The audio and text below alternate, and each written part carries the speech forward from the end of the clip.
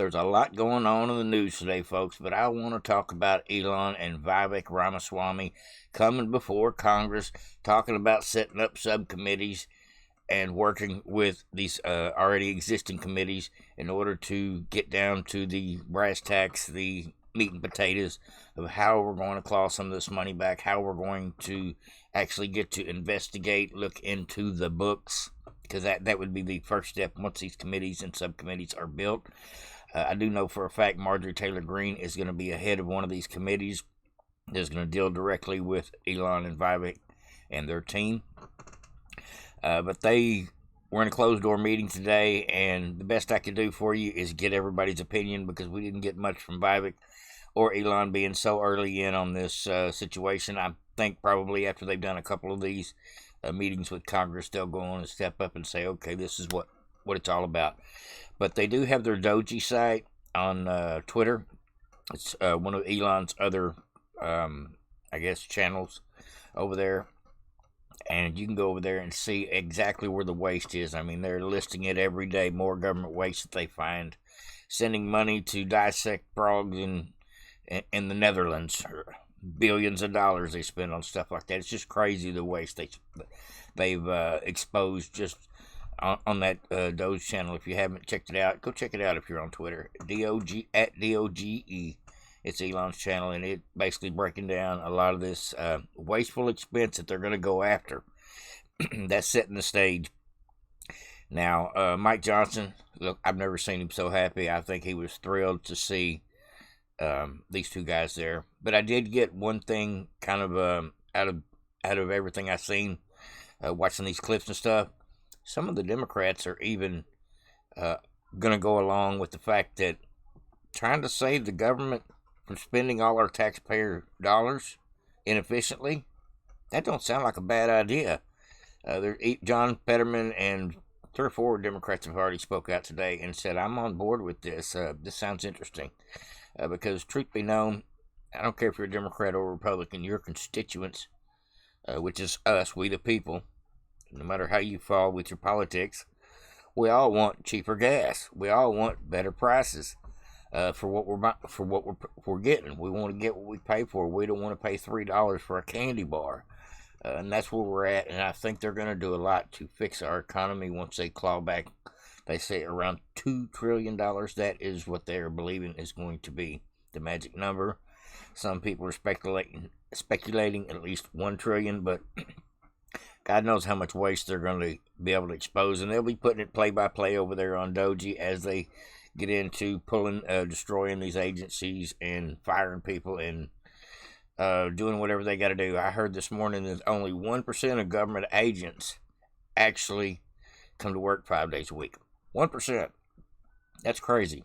Then I also heard there was 6,000 government properties. Some of them are buildings, some of them are warehouses. Just some of them are like big mass buildings that the government owns, and they're steadily paying for utilities and upkeep of these things, and they're vacant. There's nobody there. That's downsizing of the government or shifting things around. They just continue to own stuff and then move around and buy some more. And so I guess the government is in the secret real estate business, and they need to claw some of that back. They need to figure out why the government isn't selling that property or doing something with it because it's empty. Make it useful or get rid of it. That's the name of the game, and that's what's going to happen. They're going to come at this thing in so many different directions. I cannot wait. This is probably the most exciting part of this new change that's fixing to happen in our country. I'm looking forward to the illegals being kicked out of the country and people having to pay for their crimes, hopefully, in Congress. That'll be sweet. Some of these politicians and stuff that don't get pardoned by Biden, that have done our country dirty, including Trump, actually done illegal things. They need to go to jail. If you've done illegal things like stole elections, your ass need to go to jail. Just my opinion. But I'm not trying to get off track here, but I got several little clips here for you, and it's just what happened about an hour ago. They come out of the chambers, and Mike Johnson does a little press conference. Marjorie Taylor Greene actually breaks down what was going on behind the closed doors. She actually gives the best response. And we'll just go ahead and get into it, folks. But I am looking forward to the doji. This sounds interesting. Does this excite anybody? Give me a thumbs up if this excites you as much as it excites me. The thought of them coming in there and taking our government waste and getting rid of it, firing people, destroying entire agencies that are useless, finding out how many crooks we got in there. Ooh, it's going to be a big number. I wonder how many people will get referrals to the Justice Department after Elon and Vivek find out just how much money these agencies are hornswoggling from our economy, from our budget, and from these $1 trillion infrastructure packages.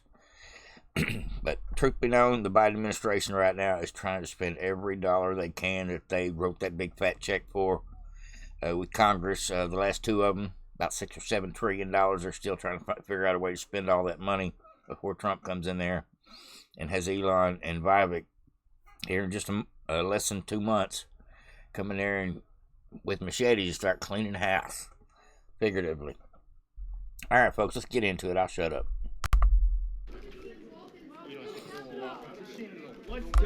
Elon brought his son.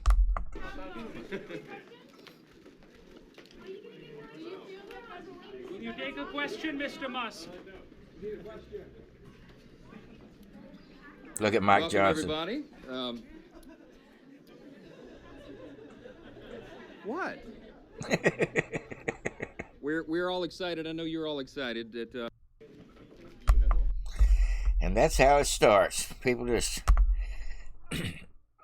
Now here's actually I don't care too much for Fox News sometimes, but they broke the story here not long ago, so I figured I'd bring it to y'all since we got no news of it on the Daily Mail or the Gateway Pundit yet. But here we go. Uh-oh, let me find the volume. Republicans to map out their plans. Keep in mind, they've been trying to do this for decades, all right? But here's the two guys, right? Musk and Ramaswamy attending the first meeting of the Senate Doge Caucus chaired by Iowa Senator Joni Ernst, who was with Dane and me last hour. Then later, they will cross to the other side of the Capitol for another event on the House side hosted by the House Speaker, Mike Johnson. So Senator Ernst, when she talked to us just moments ago, she talked about her plans to work with Doge. Watch. We have got Vivek and Elon at the helm, and we are going to push through to save our American taxpayers from all of this government waste, fraud, and abuse. We have Fox team coverage, Alexander. For the record, that was Senator Ernst, and I think she wants to try to take Pete Hegseth's reputation and throw it in the trash because she doesn't want him to get confirmed for some reason. I believe she wants his job. That's what I read earlier today. So she's not a good person. I hope she goes along with it. I hope even these rhinos get on board. Like even John Cornyn is on one of the committees with Marjorie Taylor Greene. And the first time I heard that, I thought, oh, no. But I listened to him earlier on Fox. John Cornyn says he's on board with cutting government waste as well. We'll see how much they're going to actually go for. But it's getting started, folks. It's happening. Andrea Hoff on a last-minute deal by the Biden administration to lock in waste on the way out the door. But first, Fox Business's Hillary Vaughn on Capitol Hill. What's the vibe this morning, Hillary? Hi, Dana. Well, the vibe is we caught up with Vivek Ramaswamy on his way into this meeting today. He says he's feeling good, but ultimately Ramaswamy and Elon Musk have really big plans for Doge, but they're going to need Congress's help to get those plans in place and actually make the cuts that they want to make. Here's what Ramaswamy told me on his way in this morning. Yesterday, you were with us on CNBC and elaborated a bit about what you're hoping to say today. What's your message to the lawmakers you're meeting with? We'll look forward to saying more when we have more to say. Thank you. Do you think you can actually cut anything without Congress helping you? How much? I mean, you want to cut $2 trillion? We've got to get in here, guys, but we will look forward to continue the discussion. Last question. How do you convince lawmakers who will not help you in this effort? What can you say to persuade them to work with you? Thank you, guys. We appreciate it. Thank you. She's like a honey badger, or she's a badger. So Ramaswamy and Musk want to downsize the federal workforce by cutting spending. They want to suck out waste, fraud, and abuse and supercharge efficiency by ripping up thousands of pages of regulations. But today, in meetings with lawmakers, is where they're going to get down to the nitty-gritty. There's a lot. All right, that's enough of her. I want to hear some Marjorie Taylor Greene here directly. This is another video of them going in. Oh, same clip. I apologize. We'll go right on to the next one. Yes, folks, this is breaking news. It actually happened all day. I thought we would get to watch it televised, but it didn't go down like that. It wasn't like a hearing. It was a closed-door session, and so all we get is a little bit of information from the people that were in the room. This is something that is actually really good news, kind of off topic, but President Trump is savage for this, is what Behizzy says, and I think he's right. Pfizer and other big pharma execs came to Mar-a-Lago to beg and lobby for their devilish interests, and Trump brought RFK Jr. to the meeting to fact-check any lies they might have spewed. These days of big pharma's tyranny are coming to an end. I just thought I'd share that with y'all. I thought that's smart move, Trump. I love it. I love it.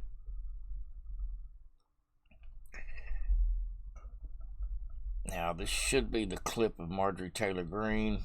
No, it's not. Let me go back. Here we go. This is Mike Johnson, still happy as a lark. Here we go. Today, because we're in the early process of this, but stay tuned for more to come. Can I get Social Security, yes or no? I do not have a contract. Social Security? Yes, you bet. How was the meeting in there, and your role taking on as a subcommittee? I thought the meeting went fantastic. It was exactly what we were looking for, a question and answer session with Elon Musk and Vivek Ramaswamy. They were gracious with their time. Many of the members, pretty much almost all of them, lined up at 3 mics and went through the process of expressing their concerns, their frustrations, also talking about bills that they have sponsored and their ideas of how we can truly tackle this massive deficit, cut spending, and lower inflation. What was the number one concern expressed in there? The biggest concern is our debt. And as a country, it doesn't matter where you fall on the political divide. This debt is going to crush every single one of us. And to quote Elon, he said something extremely important. Every single payment that the federal government pays out, we need to be checking those payments to see if they're legitimate.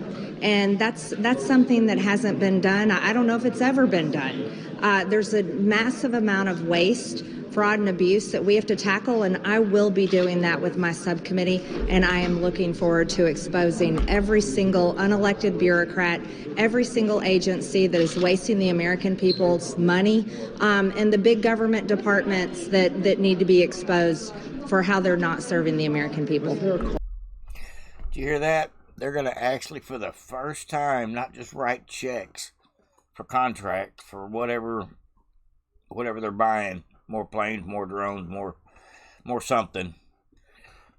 Or passing out money for other reasons. Just a million reasons they pass out money, to be honest, for grants, for studies and stuff.